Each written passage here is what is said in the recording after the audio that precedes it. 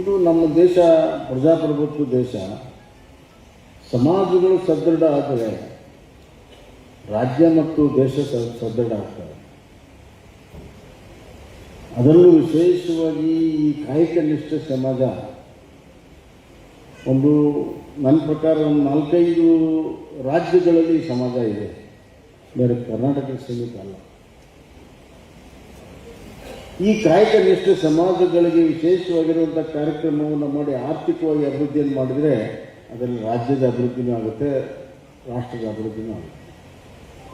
ಈ ಚಿಂತನೆಯಿಂದ ಇವತ್ತು ಆಡಳಿತ ಮಾಡುವವರು ಕೆಲಸವನ್ನು ಮಾಡಬೇಕಾಗ್ತದೆ ಅನ್ನೋಂಥ ಮಾತನ್ನು ನಾನು ಹೇಳಕ್ಕೆ ಇಚ್ಛೆಪಡ್ತೀನಿ.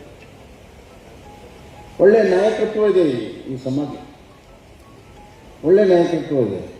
ಯಾವಾಗ ನಾಯಕತ್ವ ಸಿಗೋ ಅವಕಾಶ ಬಂದಿದೆ, ಒಳ್ಳೆ ಕೆಲಸವನ್ನು ಮಾಡಿ ಒಳ್ಳೆ ಹೆಸರನ್ನು ತಗೊಂಡಿದೆ.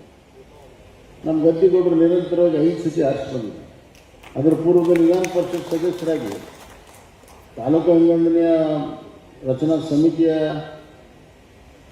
ಚೇರ್ಮನ್ರಾಗಿ ಇವತ್ತಿಗೂ ಕೂಡ ಹೊಸ ತಾಲೂಕು ಎಲ್ಲ ಆಗಿದ್ದರೆ ಇಡೀ ರಾಜ್ಯದಲ್ಲಿ ರಬ್ಬೆ ಬೊನೆಟ್ಟಿಂದ ಹಿಡಿದು ಎಲ್ಲ ಕಡೆ ಅದರ ಮೂಲ ಕರ್ತೃ ಯಾರಪ್ಪ ಅಂತಂದ್ರೆ ಅದು ಗದ್ದಿಗೌಡರು.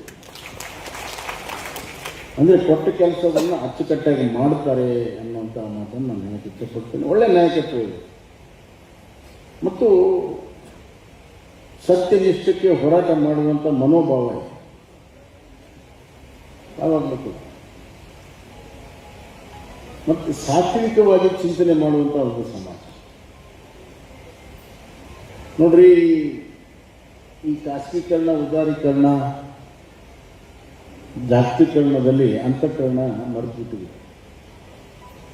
ಆದರೆ ನಿಮ್ಮ ಸಮಾಜ ಇವತ್ತು ವೃತ್ತಿಯಲ್ಲಿ ಸಾಕಷ್ಟು ಬದಲಾವಣೆ ಕಾಣ್ತಾ ಇದ್ದರೂ ಕೂಡ ನಿಮ್ಮ ಅಂತಃಕರಣದ ಸತ್ವವನ್ನು, ಅಂತಃಕರಣದ ಭಾವವನ್ನು ಇಂದು ನೀವು ಬಿಟ್ಟುಕೊಟ್ಟಿಲ್ಲ. ಅದು ಬಹಳ ಮುಖ್ಯ. ಹಂಗಂತ ಹೇಳಿ ಅನ್ಯಾಯವನ್ನು ಸಹಿಸ್ಕೋಬೇಕಂತಲ್ಲ, ಕಾಲ ಬದಲಾಗಿದೆ. ಅನ್ಯಾಯ ಆದಾಗ ಅದರ ವಿರುದ್ಧ ನಾವು ನಿಲ್ಲಲೇಬೇಕು, ನಮ್ಮ ಕರ್ತವ್ಯ. ಆ ಹೋರಾಟದ ಮನೋಭಾವನೆಯನ್ನು ನಾವು ಇಟ್ಕೊಳ್ಳೇಬೇಕು. ಅದೇ ನಮ್ಮನ್ನು ಜೀವಂತವಾಗಿ ಇಡ್ತೀವಿ. ಯಾರು ನ್ಯಾಯ ಕೊಟ್ಟಿದ್ದಾರೆ ಅವ್ರಿಗೆ ಕೃತಜ್ಞತೆಗಳನ್ನು ಇಟ್ಟು, ಎಲ್ಲಿ ಅನ್ಯಾಯ ಆಗಿದೆ ಅದರ ವಿರುದ್ಧ ನಿಂತು ನ್ಯಾಯವನ್ನು ಪಡ್ಕೊಳ್ಳುವಂಥ ಕೆಲಸವನ್ನು. ಆಮೇಲಿಗೆ ಇಂಥದ ಒಂದು ಸಂಸ್ಥೆಯನ್ನು, ಹಾಸ್ಟೆಲನ್ನು ಮಾಡಿರಿ, ಅದಕ್ಕೆ ಸರ್ಕಾರ ಜಾಗ ಕೊಡಿಸಿ ನಮ್ಮ ಅನುದಾನವನ್ನು ನಾವು ದೊಡ್ಡ ಪ್ರಮಾಣದಲ್ಲಿ ಕೊಟ್ಟು ಅದನ್ನು ಪ್ರಾರಂಭ ಮಾಡೋಣ ಅಂತ ಹೇಳಕ್ಕೆ ಇಷ್ಟಪಡ್ತೀನಿ. ಈಗಾಗಲೇ ಗದಗಿಗೆ ಏನಿದೆ ಅದಕ್ಕಾಗಲೇ ನಾನು ದುಡ್ಡನ್ನು ಕೊಟ್ಟಿದ್ದೀನಿ. ಹೀಗೆ ಎಲ್ಲ ಜಿಲ್ಲೆಗಳಲ್ಲಿ ಕೆಲಸ ಕಾರ್ಯಗಳಾಗಬೇಕು. ಇದು ನಮ್ಮ ದೇಶ ಪ್ರಜಾಪ್ರಭುತ್ವ ದೇಶ. ಸಮಾಜಗಳು ಸದೃಢ ಆದರೆ ರಾಜ್ಯ ಮತ್ತು ದೇಶ ಸದೃಢ ಆಗ್ತವೆ.